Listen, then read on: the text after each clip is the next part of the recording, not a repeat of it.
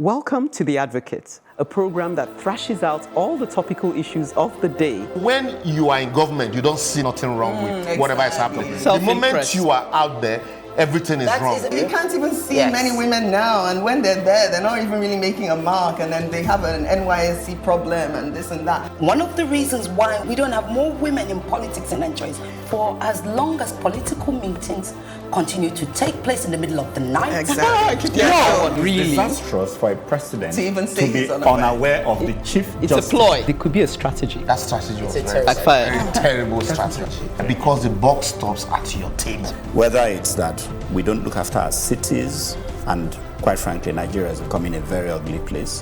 When you are the only one feeding the people with this news, and there is nobody countering them, it becomes, the news. Welcome to The Advocate, where we lay out a banquet and invite you to feast. Chuka is intrigued by our choice of leaders and their questionable resumes, aren't we all? Emeka stopped short of issuing an edict, return our cultural artifacts, but are we ready to receive them? Ireti, topical as always, takes us down the Democracy Hall of Fame and gets us thinking, what does June 12th mean to us? Uche digs up an issue that some would clearly like buried: Zamfara, gold mining, and undeclared proceeds. I'll be opening the floor on a matter of social etiquette by saying, mind your language. That's the menu, let's tuck in. Increasingly, swearing or profanity is invading the public space. It's common to hear people using the F word and other variations in places of work, movies, even some meant for family viewing. And songs, well, profanity in songs, that isn't entirely new. Why the foul language? Is it that there is no other way to express ourselves? Is it a sign of being cool, of identifying with a defiant shock culture? Or are we generally less self-controlled? I had a bout of consciously swearing when at university. About the same time I tried to force myself to smoke cigarettes. I wanted to be cool. I was in the UK and it was the in thing at my university. Well, guess what? I've grown up and this is definitely not the UK. This causes me to wonder, is using profanity not another hangover of ostentatious behavior? Trying to identify with a foreign culture without assessing the innate value of this cultural import. Swearing in public is antisocial and inconsiderate. You or I may as well burp, foul the air, or even light a cigarette in a public place and expect everyone else to deal with it. The other regrettable culture, which could be said to be even worse than swearing, is our increasing habit of using God's name in vain. To be fair, this practice isn't entirely imported, but partially homegrown, fanned by misguided religiosity. Christians are adept at this. Almost everything is JC this or OMG that. There's an increasing carelessness with which we throw these expressions about, with little or no reverence. Little children as young as 2 have quickly adopted this culture, mistaking it for holiness. What about our massacre of the English language? It's now common to hear and read people mixing tenses, even in newspaper articles or high-profile speeches, to such an extent that even among the educated, it's more the norm to employ the wrong use of tenses than vice versa. This was once not the case. I put this down to ignorance and sloppy teaching. So to some extent, this third category are not as willful as the top 2. Nevertheless, we've become increasingly careless with our language, and this is not a good sign. Since, like the company we keep, the way we speak affects the way we think and behave, or vice versa. It's not too late to turn things around, to clear the air of language pollution. It's not too late to mind our language. You're taking me back to the argument last week about dress and performance. Okay. Yes, when you said close to the end about how we speak is how we, as it were, how we will eventually be thinking. So I think all these things are tied. A lot of things are cultural, and we don't understand that culture really does push things. So when last week I was saying something about dressing, I actually was quite serious about it, just as I believe now. I'm happy you brought up the language thing, because every time I bring up this language thing, some people will say, oh, we're not even British anyway, we're Nigerian. And I'm like, that's totally irrelevant. It's the language that has been chosen for us to communicate as a nation. Okay, you're focusing and with on the world. tenses. That's the aspect the bit to do with just bad English. Can't write letters anymore. You see emails sent to you and it's terrible. Everybody's just mixing things up and it doesn't seem to matter. And that's, I think, the education has a bit to do with it. I think we don't have good English teachers in secondary school, especially. Even in primary. Even in primary. No, but I mean, isn't secondary more impacting on you than primary? You can correct your child from primary. 0 to 7, and I'll show you the man. So. I see. So I think primary. Yeah, absolutely. But if the secondary is bad, though, that is a real problem. Because, that's an age where... I would like to come in. I mean, I think you've mixed 3 things, which I think actually stand for me separate, totally different. I'm very, very particular about language, and I think language matters. Language is important. Language is the first meeting of 2 strangers, etc., etc. So I want to separate that. I want to talk about, and I do believe this whole thing about swearing and about it being imported and the whole OMG. And OMG was actually created as a result of not wanting to use the Lord's name in vain. Correct. Okay, that's number 1. Number 2 is swearing. Look, it's not imported, my dear. I'm sorry, I totally disagree with you. There are ways you can swear in Yoruba. Okay. If you can speak Igbo, you would know how to swear in Igbo. There are ways you can swear in Yoruba. There are ways you can swear in English. And that's what people do. It's just what they do. I smoke. Yes, I do. You okay? Yeah. I smoke. No, so it's not bad manners. I will smoke in my car.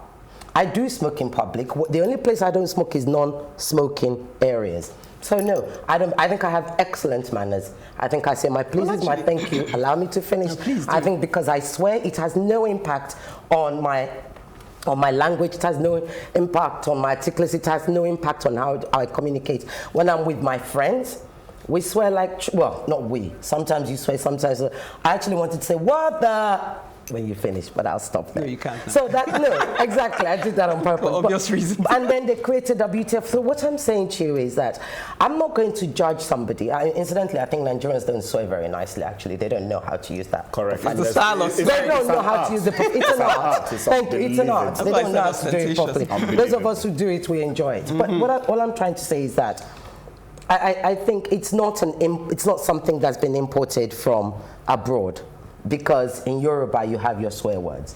In Igbo you have the equivalent, and therefore if you're an English-speaking person, you will have your English-speaking swear word. Now, is it right? Maybe yes, maybe no. It depends on who you're talking to. Context. Thank you. Context. That's the word I was looking for.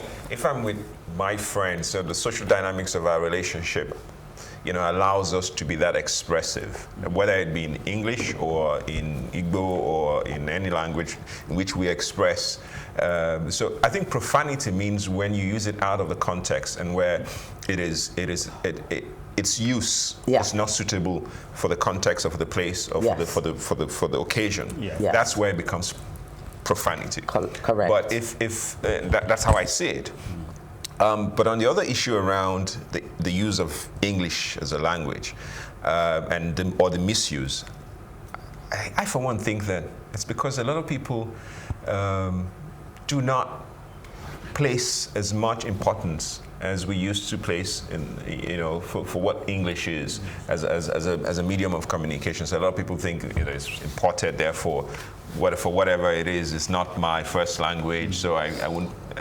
And there's a general language of the mediation of social media in terms of how a new lexicon is coming to be, because, with short messaging. Which I hate. Yeah. So people, especially young people. But it's a generational thing, isn't it? Exactly. So the way people communicate these days, I find that sometimes when younger people send me messages, I have to ask somebody, a younger person close to me, what is this? I always say, what language are you speaking? Yeah, I mean, I do find that times, I don't find all swearing offensive. So it has to be done in a particular way. In context. But I do find that when people just swear to swear, there's some people who actually do that every other word is, effing this and effing that. Yes. You know, for me, it's Yes. unattractive.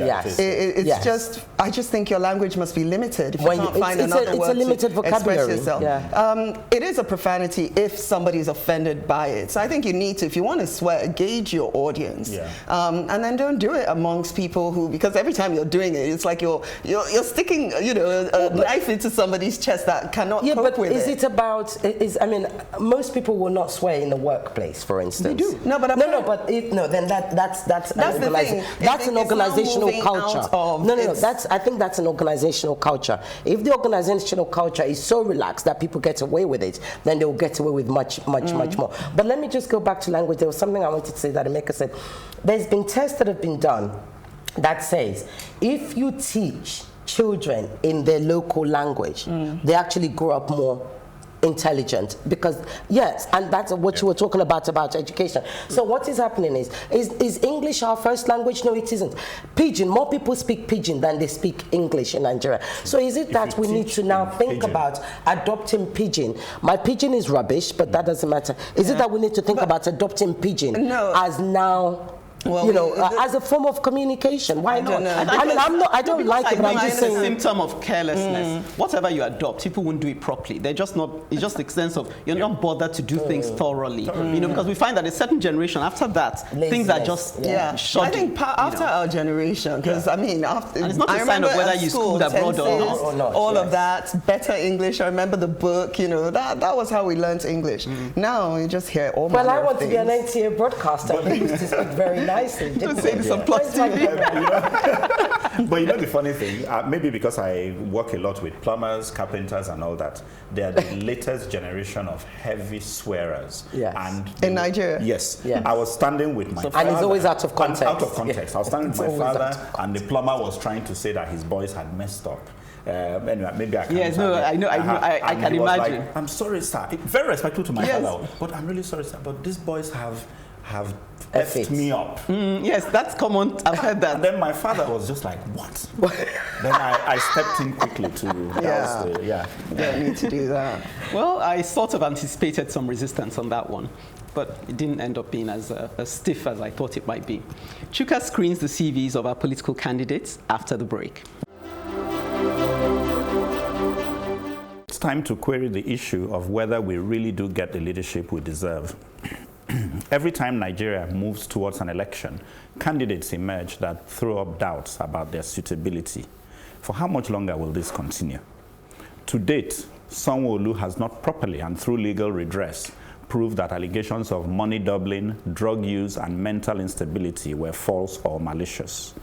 Buruji Kashamu has not dealt satisfactorily with whatever it was or is that he has with the US authorities.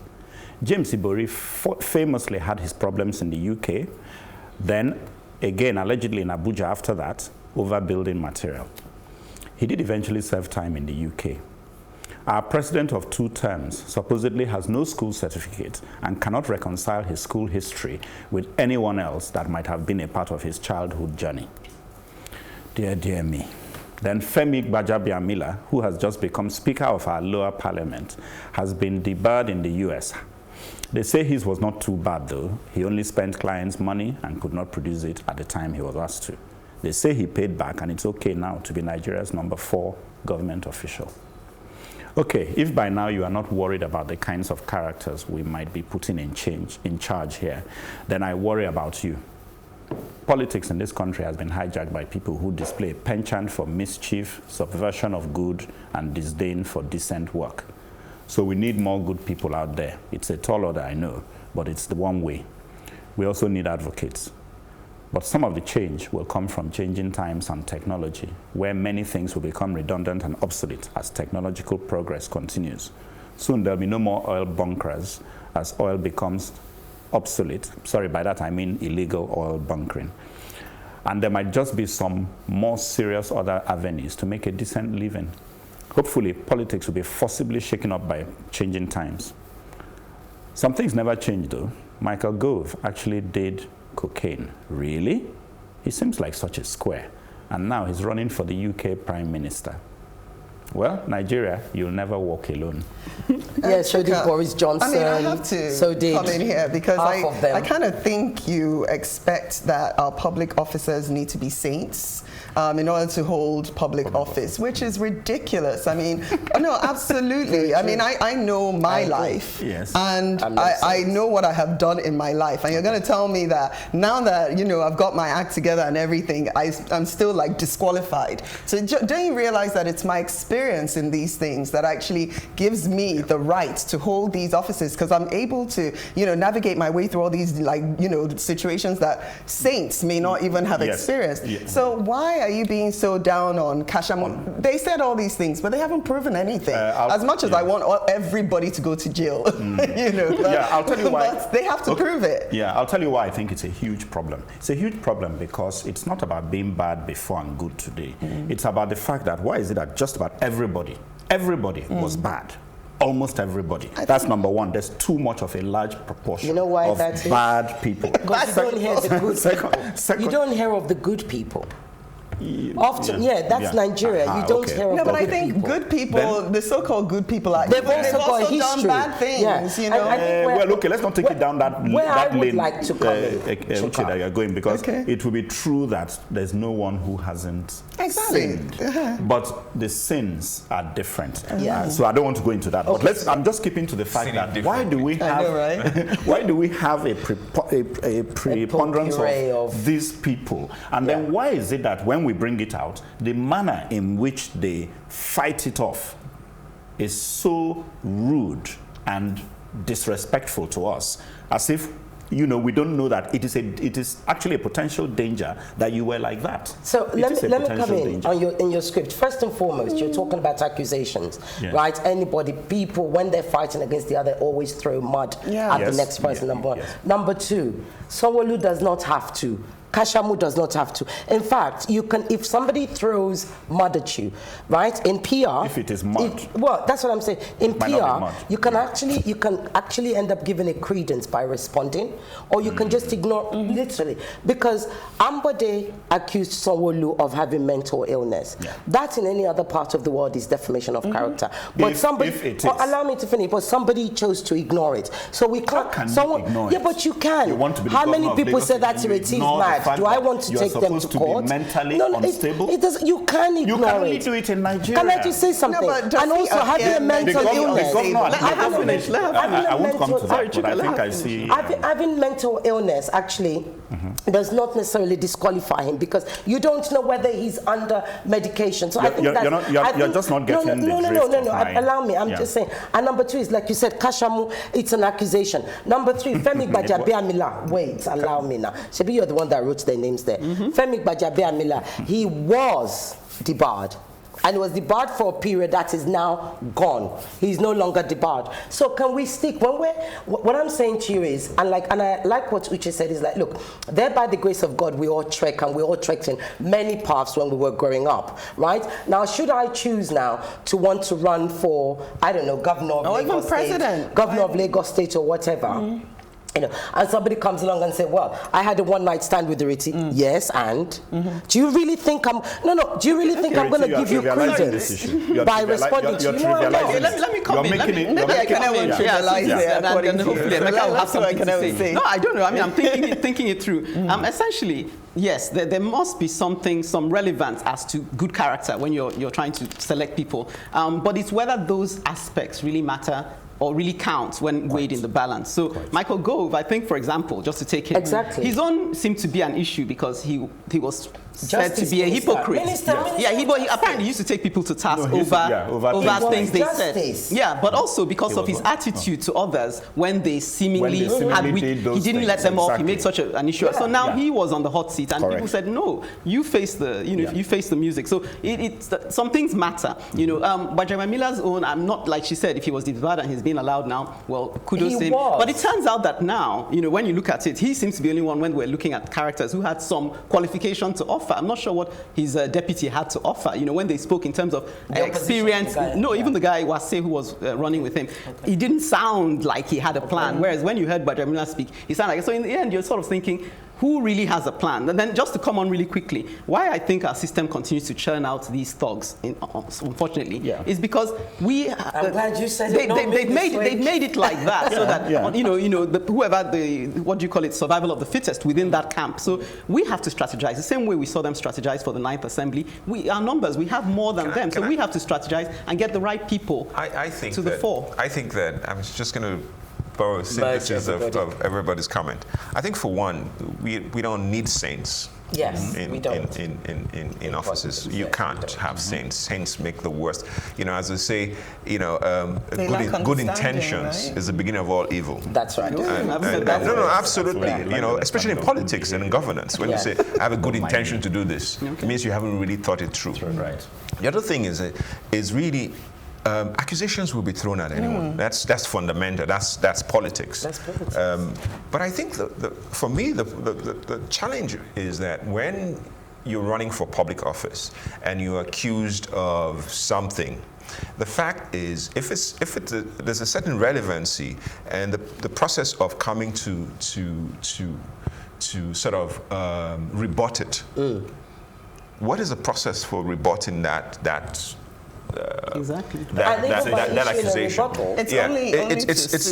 If it's serious enough and if it's relevant to the office that you're seeking, that you take time out to address it, because you are interested in leading the people, and I think that the people deserve some kind of information, some kind of acknowledgement. I think Sanwo-Olu did make he made in his own instance. I think he doesn't. For me, he doesn't look like a mental house. So I mean that doesn't even count. To make my own comment on that. But I think it's just the process in which public office holders or people interested in public office address the issue. I think that largely we all work within a political environment. It is what, at the end of the day, politics will always trump justice. That's a fact of life. So what the political elite, what the people decide that this is what they want and how they want it will trump whatever legalistic thing you come up with. And that's how I say it. And it's easy to find out about the president's school certificate or not if they really want to. Okay, well, I know that the president has not shown us any certificate. I also know that, these things it's just the way it is, really. Your past is always there, and it will be subjective. So, since politics is a game of numbers, let's ensure the numbers add up, right? Emeka does another form of stock taking after the break. You are watching The Advocate on Plus TV Africa. If we don't harness our true values, others will steal it. That Africa has a rich history is not in doubt. That culture and art are also symbols of history, and development is equally not contested. The evidence still abounds, from the Great Pyramids in Egypt and Sudan, the Benin moat and bronze works, to the Igoku bronze works of art which were at that time even more advanced and sophisticated than those found anywhere else in Europe. Also true is that colonialism plundered the continent's rich heritage of arts and craft. Before the transatlantic slave trade and the horror of colonial rule, several African kingdoms were just as developed, if not more so, than equally well-known European capitals. Amidst the increasingly loud calls for the return of African cultural treasures appropriated by colonial powers. Indeed, for instance, the UK has over 4,000 pieces of ivory and bronze artifacts that the British Army looted from Benin in 1897. The reality is that colonial rule not only took away our raw materials, it also took away our pride and heritage, and left us with new foreign gods and values. The idea of returning or loaning back African artifacts has received mixed reactions from across the art world, with some in the West actually advocating for temporarily loaning the works back to Africa instead of outright permanent return. Yeah. According to them, our museums are not well equipped to handle the works. I, however, take a much more nuanced view of the significance of the return of Africa's looted cultural heritage. One could argue that Africa's descent into decline can be traced to the loss of our history and heritage. Africa lost its way when we lost our cultural heritage. And one way of finding our way back is to have the huge chunks of our heritage and history that are in foreign museums brought back, and for our people to learn about all the majesty and glory of Africa through our art. Indeed, consider the Michelangelo's David sculpture, which is a symbol of the city of Florence in Italy, and is known by every child in Europe. Its complexity and importance and what it means to Europe. Or the Notre Dame Cathedral, which is not just a church, it is a symbol of the greatness of the French. When it burned down recently, money was found in less than 24 hours. Billions of dollars was found in 24 hours. It is a symbol of the civilization of the French. It is not just a physical building, but a monument of the collective intelligence of the French people. When their children go see the sculptures and buildings, they are taught at a very young age that they are builders and thinkers. And when they see the buildings and sculptures, they know that the buildings and sculptures can never die, because it is in their collective cultural intelligence, which is constantly nourished and promoted. This is because cultural heritage is recognized as a strategic resource for sustainable development and is a key element in global competition. So, whilst we need our cultural heritage to be returned, what is also significantly important is that we need to teach ourselves and our children similar mindset as the French. The key question remains, how ready are we to receive the artworks when they're returned? Do we have the facilities and indeed the mindset to manage them sustainably? Perhaps we should use the return of our heritage as an opportunity for some sort of intellectual and cultural renaissance. Yeah, I mean, I have to agree with the way you ended. Are we ready for them? Even though you feel a bit ashamed to say that, when you hear them saying they'll loan it back to you because they're not sure, it sounds patronizing, yeah. but if you're honest, it's the truth. Are we really ready? Because at the moment our values are more in pursuit of superficial things. So are we in that place where we were when we made those artifacts and we valued them above certain other things? I dare say we're not, but how do we get back there? It's not necessarily, we can do that without even the artifacts being returned to us. We can begin to teach it in schools and, find a way of demonstrating it in a very repetitive way that this is culturally. I'm even at a loss for maybe ideas of how do we do it, but definitely we have to do it. I like your connection very quickly between the human development and the cultural values. I think it's an interesting one, because when you look into it, it's clear that there is a connection there. Yeah. Sorry, yeah. go ahead. Oh, excuse me. I'm bored with that argument about are we ready for it, whatever. If you place value, respect, and currency on arts and culture and heritage, then just get on with it. I'm like Nike, just do it. And if we can't afford it, you stole it, pay us back for all the years you've had it, and we'll use that to invest and build good museums. I'm bored with that argument. I'm sick and tired because it's just an excuse for them to continue to hold on to something that rightfully belongs to us. And like you said, look how quickly international people have started giving money, to the French to rebuild Notre Dame. So why are they not giving us our money back? Why is nobody thinking it's important? Because we've actually been loaning to them for all these decades. So pay us back, even if it's only half the price. That's number one. Number two is we then have to look at ourselves. And if we bring it to today, Emeka, you and I know what goes on in the arts and culture and the frustrations. And then that comes back to us as a people. The frustrations where culture is not respected in the sense that, so you have a government that says, we want to increase tourism and promote our culture, and, and they build theaters in somewhere, I don't know, but they don't actually put, direct investment.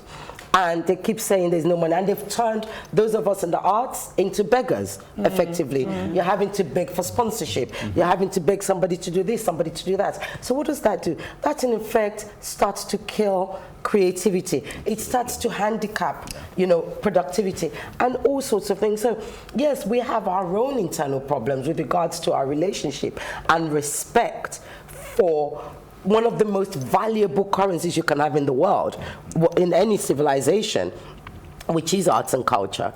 We have a problem with it, but that doesn't mean, just because I got a problem with my brother doesn't mean you can have a problem with my brother. Do you know what I mean? Give it back here, and I'll deal with our brother. Yeah, that's how I see it. I think we're not ready to receive the things back. If we were given back today, I would be the first to say, no, hold it, don't give us back anything. These people are not ready, they're not serious, because they're not. The National Museum has no idea how to look after these things, whether in the storage section or even in the display section.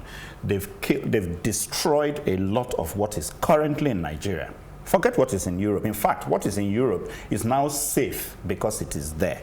Now, I know that I'm just speaking without context. In context, when you seize things from people, you disenfranchise them, you can play with their mind, many things happen. So it's not, in a way, I'm not saying it's our fault that we are this bad, but we are.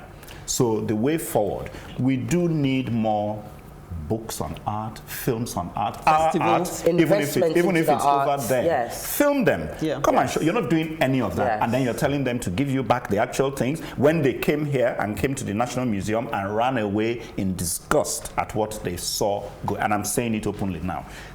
It's not good. It is our art. It is our art to do whatever we want to do. What? Yes. No, hang on. Sorry. No, it is. Look, for the first time, I didn't even know. Wait, let me get in there. For the first, I didn't even know we even preserved a lot of things. And I made my way to the museum. I'm not sure whereabouts it is now because I can't remember. And they actually preserved quite a few things. The bullet-ridden car. Yes, of course. And all of that. Just give it to us. We will make ourselves ready. Yes, we will make ourselves ready. Yes. I don't like all this stuff about how, why you always disagree? You're always thinking that, no, he is. You're always thinking that we just don't have the capacity. No, we will find the capacity. Nigerians, that we know how to organize ourselves. When something falls apart, we're able to, we figure it out. But Chuka, do you even agree with what Ireti is saying, that they owe us some demurrage, if you like? Yeah. Because they're holding on to our goods. So let's at least get that firmed up. So I think let me work it out. So there's this thing about national pride, about we getting our pride back. Yes. I think that's, for me, is very important. It's very important. Getting our art back is very important because a lot of people don't even realize how valuable this art to our emotional well-being. I think that's key. How we get it back, whether we get it with some restitution, that would be great. That's great. Yeah, it's important. Excellent. Yeah, I mean, some people are actually building museums as well. Very interesting discussion. Some matters need more spotlighting to be appreciated. Time to turn the spotlight on your advocacy. Ndubuchi has a lot to say regarding Ireti's advocacy on death by corruption. The culture of corruption is more acceptable in Nigeria. Even the majority of those in authority who preach against it are also involved in making it harder to stop. The fact that a foreigner will arrive in Nigeria for the first time and the first experience he or she will get is an immigration officer asking him or her for money or a gift is something that can land you in jail in Ghana if you're an immigration officer doing the same thing. But in Nigeria, you probably get away with it easily and the corruption cycle continues. On Nigeria and her LGBT children, Coco Olisa says, I love the fact that the advocate talks about sensitive issues and it's not the politically correct program. It teaches the public to air their views and opinions without fear or intimidation. The public also learns how to accept contrary views. Kudos. I love your program, guys. Your panelists are doing great. The conversation on this topic is a vibrant one, Emmy Collins from London says. As I said, I didn't mean to be rude. However, taking an opinion doesn't translate to insulting other people. Methinks calling other people's way of life an aberration amounts to an insult. She is entitled to say she didn't approve of it, and that is very good. But calling it an aberration, I believe I heard the word aberration unless I heard wrong. Well, keep sending us your thoughts on our social media platforms. On Facebook, it's +TV Africa, #TheAdvocateNG. Or on Twitter and Instagram, it's at +TV Africa, #TheAdvocateNG. And remember, to catch up with previous broadcasts, go to www.plustvafrica.com/theadvocate. Time to go on a brief break and we return. And when we return, Ireti turns our attention to democratic issues. Welcome to The Advocate, a program that thrashes out all the topical issues of the day. When you are in government, you don't see nothing wrong with whatever is happening. The moment you are out there, everything is wrong. You can't even see many women now, and when they're there, they're not even really making a mark, and then they have an NYSC problem and this and that. One of the reasons why we don't have more women in politics in Nigeria is for as long as political meetings continue to take place in the middle of the night. Exactly. It's disastrous for a president to even say be unaware of the chief justice. It's a ploy. It could be a strategy. That strategy was very terrible strategy. Because the buck stops at your table. Whether it's that we don't look after our cities, and quite frankly, Nigeria is becoming a very ugly place. When you are the only one feeding the people with this news, and there is nobody countering them, it becomes, the news. You're watching The Advocate on Plus TV Africa. Time to give honor to whom honor is due. Where were you on June 12, 1993? This Wednesday, June 12, Nigeria marks her delicate and convoluted democracy. It's taken over a decade for the federal government to declare June 12 as our official day of democracy. So this June is the first of its type. It is no longer news that the annulled 1993 elections was widely acclaimed to have been won by Chief Moshood Kashimawo Olawale Abiola, aka MKO. However, the fight to seize Nigeria from the claws of the military tyrants also includes these following individuals who shall remain forever dear to us. Kudirat Abiola, wife of MKO, who took up the fight for the release of her husband and the restoration of his mandate. Kudirat was only 44 years old when she was assassinated in 1996 while her husband was still in military detention. Frank Kokori, Secretary General of the Nigerian Union of Petroleum and Natural Gas, NUPENG. Frank Kokori literally severed the treasures of the military by instigating the national strike of the members of NUPENG and Pengasson. He basically turned off the tap for the oil. Wale Soyinka, the Nobel laureate, used his international profile to augment the efforts of his comrades back home by calling the attention of the international world to what was happening in Nigeria. Anthony Enahoro, a journalist and one of the leaders of National Democratic Coalition, NADECO, who steered the efforts from the diaspora. He also escaped an assassination attempt by the unforgiving Abacha regime. Chief Gani Fawemi, lawyer and human rights activist, nicknamed Senior Advocate of the Masses because of his unapologetic solidarity with the people. Beko Ransom Kuti, the name gives it away, adopted by Amnesty International as prisoner of conscience. Beko hailed from a family of audacious resistors, including his mother, Fumilayo Ransom Kuti, and brother, Fela Anikulapo. He was sentenced to life imprisonment by the Abacha regime, but later released after Abacha's death.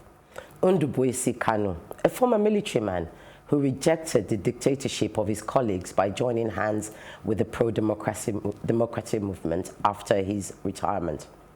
Alfred Rwani, businessman who epitomized the idiom, "put your money where your mouth is," as one of the major financiers of NADECO. He was murdered by assassins at his home in GRA Ikeja. Alao Akabashoron, former president of the Nigerian Bar Association, and like his learned friend and colleague Gani Fawemi, was known for his legal activism. He not only challenged successive military regimes, he was also one of the leading lawyers who defended MKO during his trial for treason. It is said that on seeing Kudirat's bullet-ridden body, Alao Akabashoron's health went into decline, leading to his subsequent death. Ibrahim Adesanya, Olusegun Oshoba, Ayo Paokun, Colonel Abubakar Umar, Tunji Braithwaite, Bola Ige, Femi Falana, and so many more that we do not have the time to name. We salute you all for your courage and heroic stance, which affords us our freedom today. So, my fellow panelists, do you all remember where you were in 1993 when the elections were annulled? Yeah. And what are your lasting memories? I absolutely remember. And actually, I wanted to add to your list. Yeah, please go. Somebody so very important, Humphrey Nwosu. I mean, if it wasn't for his courage to actually announce the results, we probably would never have even known. No. Yeah, so I think it's good to have that in there. But yeah, of course, we really need to celebrate these people. Yeah. We don't realize, like today when you look at democracy, you just think, oh, what kind of democracy do we really have? And what did they fight for? Without these people, we probably wouldn't have had a semblance of democracy at all. So, reading this list, letting us know what these people have sacrificed for us makes me, I actually think, I need to start giving a little bit more credit, where credit is due. So, just to say thank you for bringing this, because, I remember that period for me. It was just like yesterday to remember the whole challenge of that election cycle. I mean, I have so many stories. When you heard it or not, what went in your? Because I'm curious to know. I was living with my cousin then, who worked for MKO's newspaper, the Concord. He was deputy editor. So the people would buy on Nanuga, or, you know, I was working for Guardian then. So I was at home, and then the news came, and somebody actually sent a driver to come and pick him up. And then he now told me the story, and it was just, and of course, the whole the whole pandemonium and everything just started. Yeah. But I think it's important that we remember these heroes, who some of them lost their lives. That's right. You know, and to bring that as a reflection to what's going on today, because democracy is a fight. You constantly nourish it, sometimes with the blood of people. Yeah. And there's just gentlemen and women who sacrificed, who died. I mean, it's nourished by their blood. Let's not be, you know, think that this is flippant about this and think that and think that, you know, it's just people died. Yes, for us to have. And sadly, the journey is not complete. We still have vestiges of military rule, and if these people hadn't done what they did, I mean, to think that even when Abacha died, Abdulsalami, who took power, was put under so much pressure that he handed over in less than a year. Yes, that's right. It's to show you how much of a pressure that he was put under. You can imagine military with all that might to hand over in less than a year. So it took considerable. I also commend him as well, because again, he could have said no. Yeah, I mean, I guess I'm slightly different in the sense that I don't remember the June 12th. I do remember when Abacha died, though. I couldn't miss it. Because I remember pre his death coming to Lagos, and the whole place was like a graveyard. People were so afraid.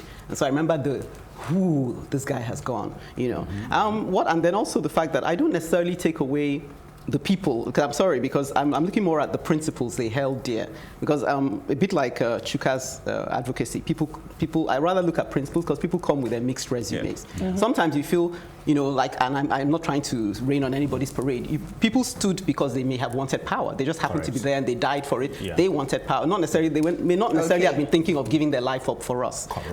They just happened to be there at the right time. But does it matter? I'm just trying to say, we're not but I'm also asking, does it matter? No, it does matter in the sense that I'm not trying to uphold the person as a, oh wow, you know, this person is such an icon, because he did what he had to do. He played his part. What I'm looking at is the principle behind what can I take away. That's really what I'm saying. And that's okay. Stand against the odds, stand in the face of established authority, defy it if you have to, and take that away. I would have liked to see more of that this last election, because why I would support anybody who does this, because I hate injustice. I hate the fact that someone won an election and you stopped him from having what was due him. So I hate also what happened this last election. I wish more people got behind I didn't vote for Atiku, but got behind the Atiku. We don't know whether Atiku won. This is the difference. But there was clear rigging. There was clear rigging that took place, and I wasn't happy but this is different to MKO. No, I'm not saying Atiku won. Okay, let me make it in a tempered way. But whether Atiku won or not, the fact that the elections were the way they were carried out, there was clearly something wrong with the way the rigging took place. Was such a rape. I understand. We should all have said no way. That might be, but can I just say, that might be, but that is not the same as the June 12. No, it is not. My gosh. Can we stop mixing up vegetables and fruits? One has sensational and the people got behind him. Sorry. The other does not. Yes. That election. I was going to make that election was actually apparently the most freest and fairest election. They always say that, but we don't. I don't know. We need to be. It is down as so. Threatened and stopped from voting. No. It was after. No. Oh, are you talking about MK? Yes, MKO. Oh, okay. Sorry. I don't even know about MKO. No, but maybe you all need to go and read up on it. No. We've read that. That's what she was saying about let's give credence to Professor Nwosu, who's he took his wisdom in having this new political system in terms of that option A4, where a mix of the voting system where you have to stand behind your candidate, so to speak. It's a very African thing, that's how you vote in the villages. When you're doing this is your man, Abi. Stand behind him. Then someone counts it and then records it. I mean, that was really quite. I'm not quite sure how that will work now, but it worked then. And that's how we know for a fact that MKO won that election. Yes. You know, so it's not questionable. We don't know whether there was still. No, Anyway, can we move away from there that? There are certain things you just can't question whether you like the results or not. No. Don't say I can't question. Just say make your point. Just as you can. Yeah, no, make your point. I was going to make my point, and Ekene made it. I prefer to stand behind what happened and the people. I really don't place my. I don't like to talk about people because I don't know where they're coming from. I don't know their real motives. And I thought when all that was going on, I felt that Abiola felt that I don't think he knew he was going to die. He thought that somewhere along the line, something is going to happen, the international community, somebody will come and they'll say, what's all this? Yeah, but who goes into something expecting to die? I mean, I don't understand. There are people who do. What do you when Kudirat got up and started fighting alarm, Nelson Mandela did not ready to die. He was ready to die. He was ready to die. Ready to. Thank you, Ekene. If you go back, actually, allow me. If you watched the film about what's Nelson's wife again, Winnie, and you hear people interview Winnie, you would say that the man was not intending to leave his family. Let's stop this. Look here, the fact that when Kudirat went out fighting to ensure that her husband is not only released, that his mandate stands, she was not intending to die. Okay, Nobody intends to die. Chuka, make your point. There are people who intend to die. Make your point, though. They are ready to die. Make your point. So I'm with Ekene. I think that I'll just look at what happened and say, okay, look, we've learned lessons about democracy and trying to get it and how people have lost their lives. I won't say they gave up their lives. I won't do that yet. You went through a battle just there. I just find it ridiculous that you can claim that unless somebody is intending to die, they haven't done anything. Go out there and try and stop traffic and see if they knock you down. Somebody say it was not intended to die, it was just related to a factory.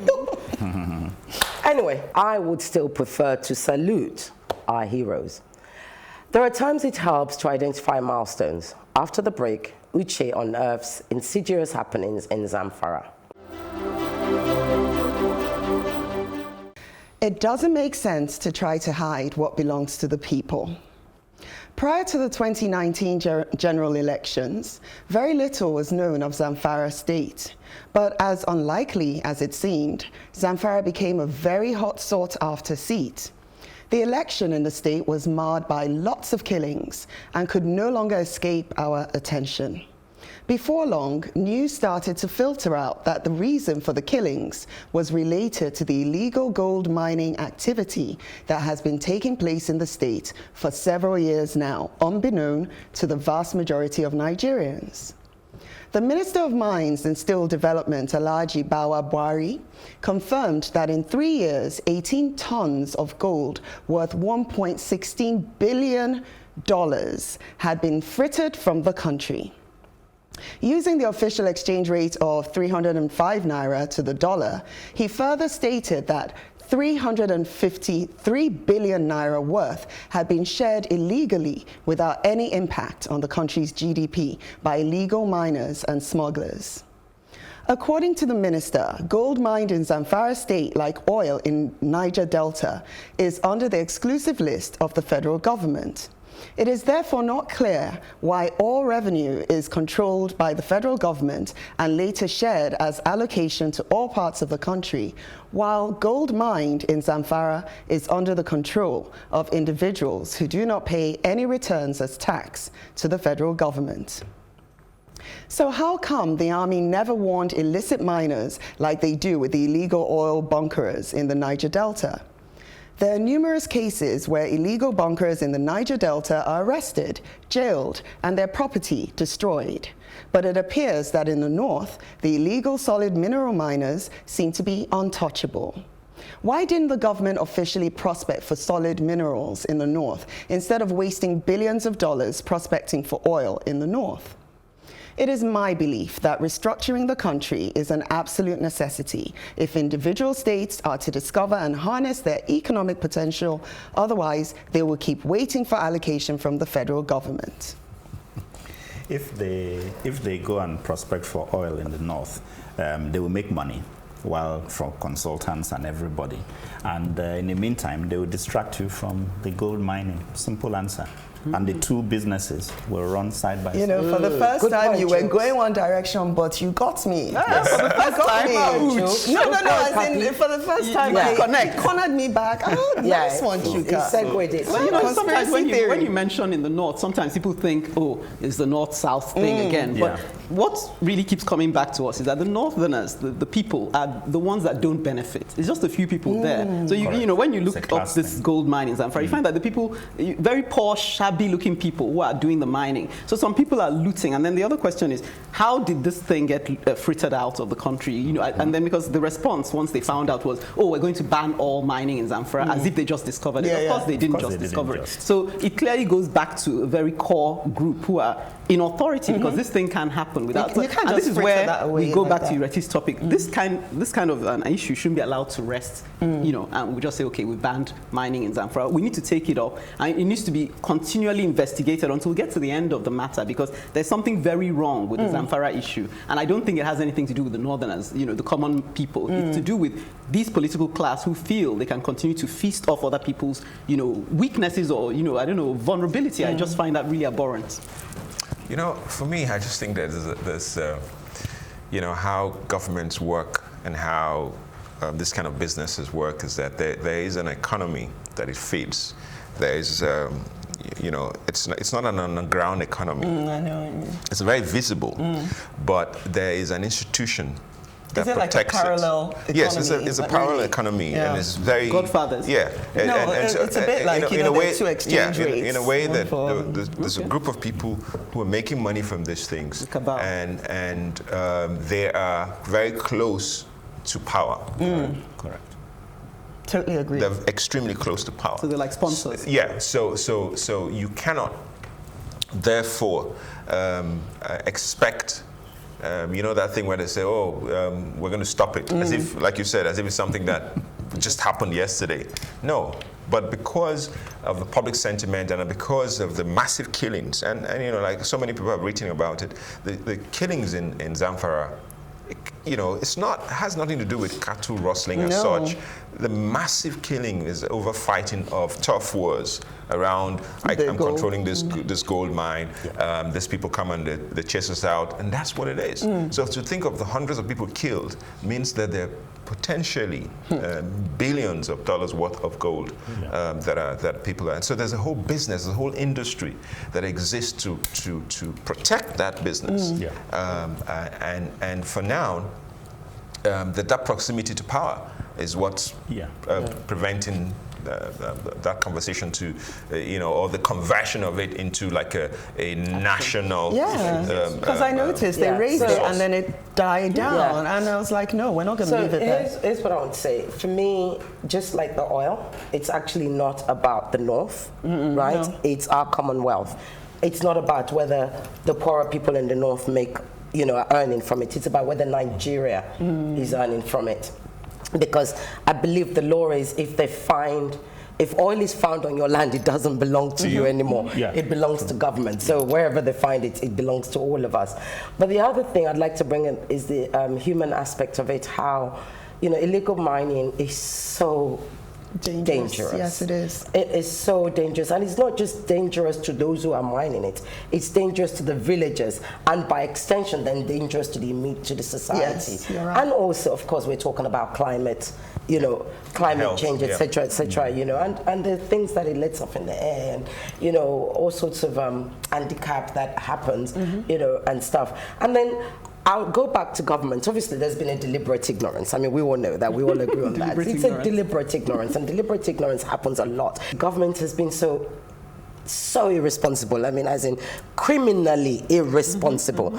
Because if they don't fix it right now, we're not going to be talking about the money that comes from loads of gold, etc., etc. We're actually going to be talking about it's not going to be a case of people fighting anymore. It's going to be a case of why are there so many children dying in Zamfara and there's no explanation. Why is there so many children in Zamfara that's what we're going to end up talking about. And now you've got Kayode, what's his name? Kayode Fayemi, right? There. I would like him to come out and say, look, this is my area.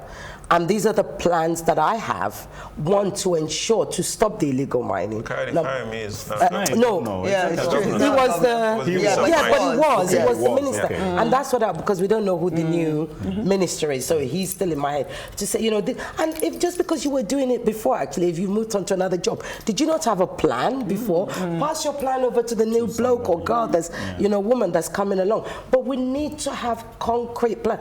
Otherwise, forget it. I think we're just going to end up with handicapped children. I mean, but there's a point you raise at the bottom of it, which is about restructuring, which is about fundamentally how this country is not functioning for us, for all of us. Whether you are in the north or the south or the east or the west, it's not functioning for us. And I think because of the way the country was set up.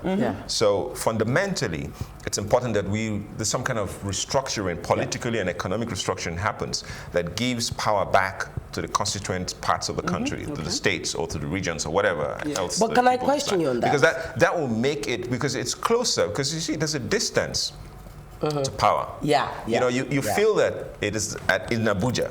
And it provides. And so you're waiting for Abuja. Exactly. Yes. So there's a convenient cloud of excuse that everybody will reach out to take whichever umbrella of excuse that he wants, and then but the rain will still be flooding us and beating us. So I think we need to look at it because even the oil, it's not really. It's not even being shared properly. Even the people in the Niger Delta, it's not working for them. So the gold will not work for them as well. But my question there is, though, that much as I agree with regards to restructuring, I'm asking, can we trust state governments? Can we, because that's what it boils down to. If we think federal is doing so bad, okay, they might not be giving us all of it, but we're getting trickles of it.